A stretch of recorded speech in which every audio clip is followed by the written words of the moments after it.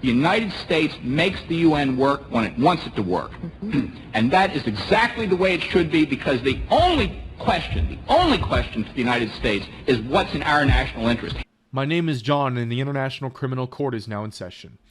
Today it is October 14th, 2023, and we're going to look at the situation in Ukraine, as we usually do on this channel. So, to first start off, let's look at the front in Kherson, on the Dnieper River. So, first of all, nothing much. It's all frozen. Ukrainians have been claiming victories in the village of Dachi, which is like this pretty sizable settlement on the left bank of the Dnieper River. But other than that, no advance from the armed forces of Ukraine. No advances from the armed forces of Ukraine. Next up, we have the situation here between Nikopol and Energodar. Again, nothing here, even though there's a lot of speculation that because of the drying up of the Dnieper River, thanks to the explosion of the Nova Kakhovka Dam, that Ukrainians would launch an assault in this area. But because of the incoming mud season, I'm expecting nothing. And even with the ground freezing, I again don't expect much. But we'll just have to wait and see. Alright, sorry here if this map is glitching out because it could be shitty internet connection. But yeah, next up we're going to look at the situation in the Zaporozhye Oblast. Alright, here we go. So, Russians have been counterattacking and putting pressure on the Ukrainians in the area of Robotne. Ukrainians have tried to take the village of Novo Prokopivka, but they have been unsuccessful in doing so. And because of these reasons, the lines have been stagnant. And even the area that is just like west of Verbove, Ukrainians supposedly broke through the first line of defense, but then the Russians counterattacked, and now this area is either Russian-controlled territory or it's a gray zone. So, yeah, this area here is all frozen up, and there's nothing going on. So the Ukrainian counteroffensive near Robotne and Piajaki has been completely bogged down as of today's video. And also, nothing has been going on south of Velika Novoselka either. It's all frozen up as well. And a significant amount of land here is a gray area. So, yeah, nothing much going on here. In Mariinka, there have been, I guess, some progress by the Russian armed forces, in which 80 or 90% of the town or suburb of Donetsk is under the control of the Russian armed forces already, including the center of the town itself. But again, all stagnated. Nothing much is going on here. Though I am expecting in the future that once they do capture Mariinka completely, the Russians will try to advance from here all the way down south to Uglidar, or Vulidar in Ukrainian, which is one of the strategic areas in the entire Donbas. Now, before we head on to the main topic, let's also look at the Kupiansk front. As all we know, Russians are fighting to get to Kupiansk, though they've been doing it very slowly. I guess the main focus of the attack is on Sinkivka, which I think is what separates them between them and Kupiansk, which is right here. Basically, you have Lepen Kupiansk and Raipen Kupiansk, which is the main town itself. So, yeah, if Russians take Sinkivka, they're pretty much at the gates of the town. They can basically just enter from here. And then, yeah, all hell will break loose. It could become another Bakhmut.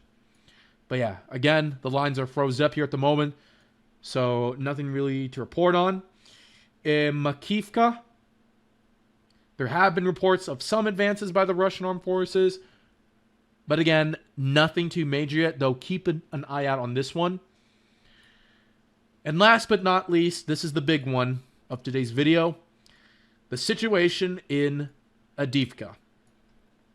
So, the Russians recently just launched an offensive on Avdiivka, and they're trying to take control of one of the last roads leading up to it. there have been reports of heavy casualties and equipment losses on the side of Russia, even with visual evidence to support that claim, though considering this war, it is really hard to say what is true and what isn't. Now, this is not me being in cope mode because, first of all, a lot of people have speculated that Ukraine or Russia have lost a lot of equipment or men, a lot more than what they ended up actually losing. So I would say that it's the same case with here. That it's definitely the same case with here.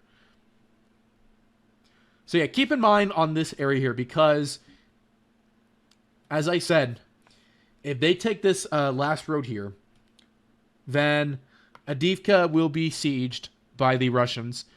And I'm absolutely certain that this battle, when compared to Bakhmut, is nowhere going to be as difficult. It's pretty industrial. I think this is the big coke plant, so it's sort of like their equivalent to Azovstal. But, as I said, it's not going to be as difficult as Bakhmut or Mariupol. It just won't. And there aren't as many Ukrainians inside. I think there's only like 1,000 or so Ukrainians that are in Avdiivka right now. And I feel like as soon as the town is sieged, they're probably just going to either surrender it or they're going to, I don't know. They're probably going to get killed in batches before the Russians just walk in casually. These open field areas, though, are causing the Russians a lot of problems. So it's going to definitely take them a long time to get through that. Now, let's talk about a topic that I also talked about in my previous video. The effect that the war between Israel and Hamas would have on the war in Ukraine.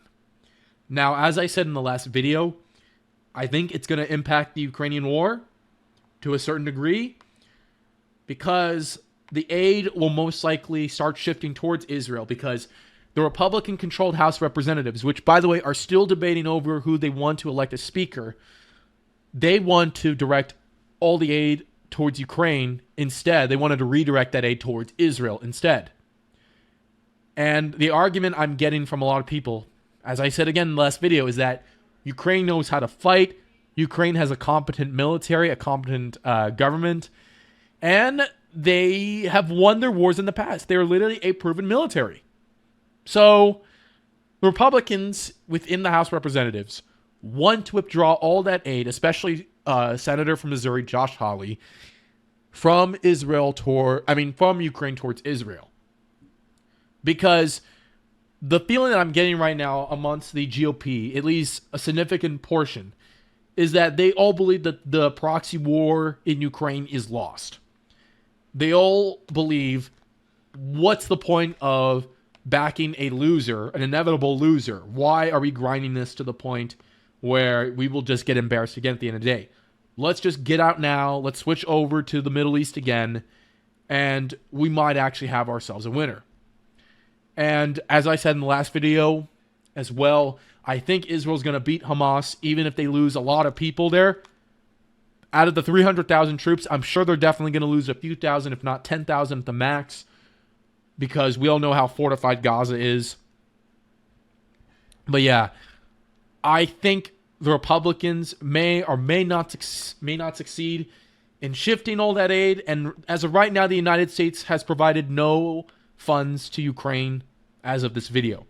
It's currently on a hold due to the agreement, due to the, I think, due to that anti-government shutdown bill that was passed by both Democrats and Republicans, in which they would agree to cease aid to Ukraine for like at least a month and a half or so.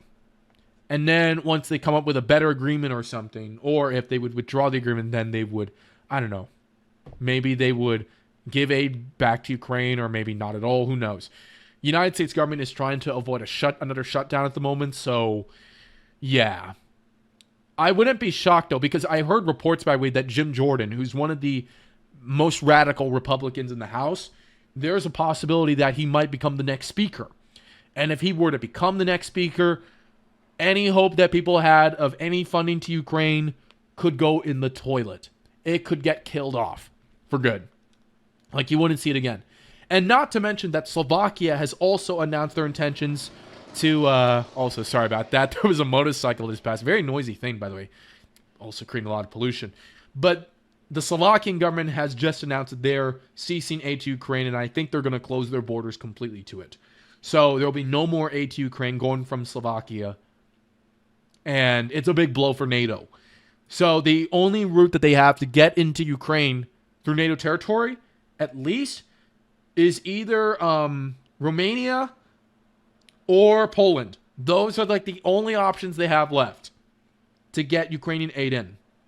That's it. Hungary and Slovakia have said no. Moldova is still sort of like a wild card. And they're not even a NATO or an EU country. So who knows?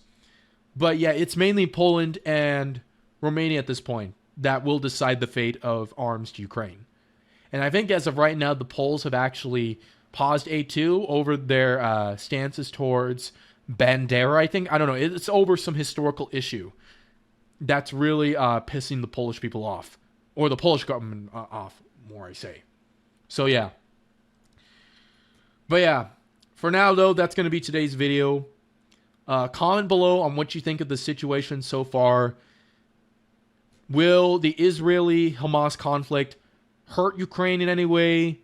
Will the GOP be successful in bogging down aid to Ukraine? Comment below, tell me what you think. And yeah, I'll see you guys all next time in the next video. And peace out. Have a good one.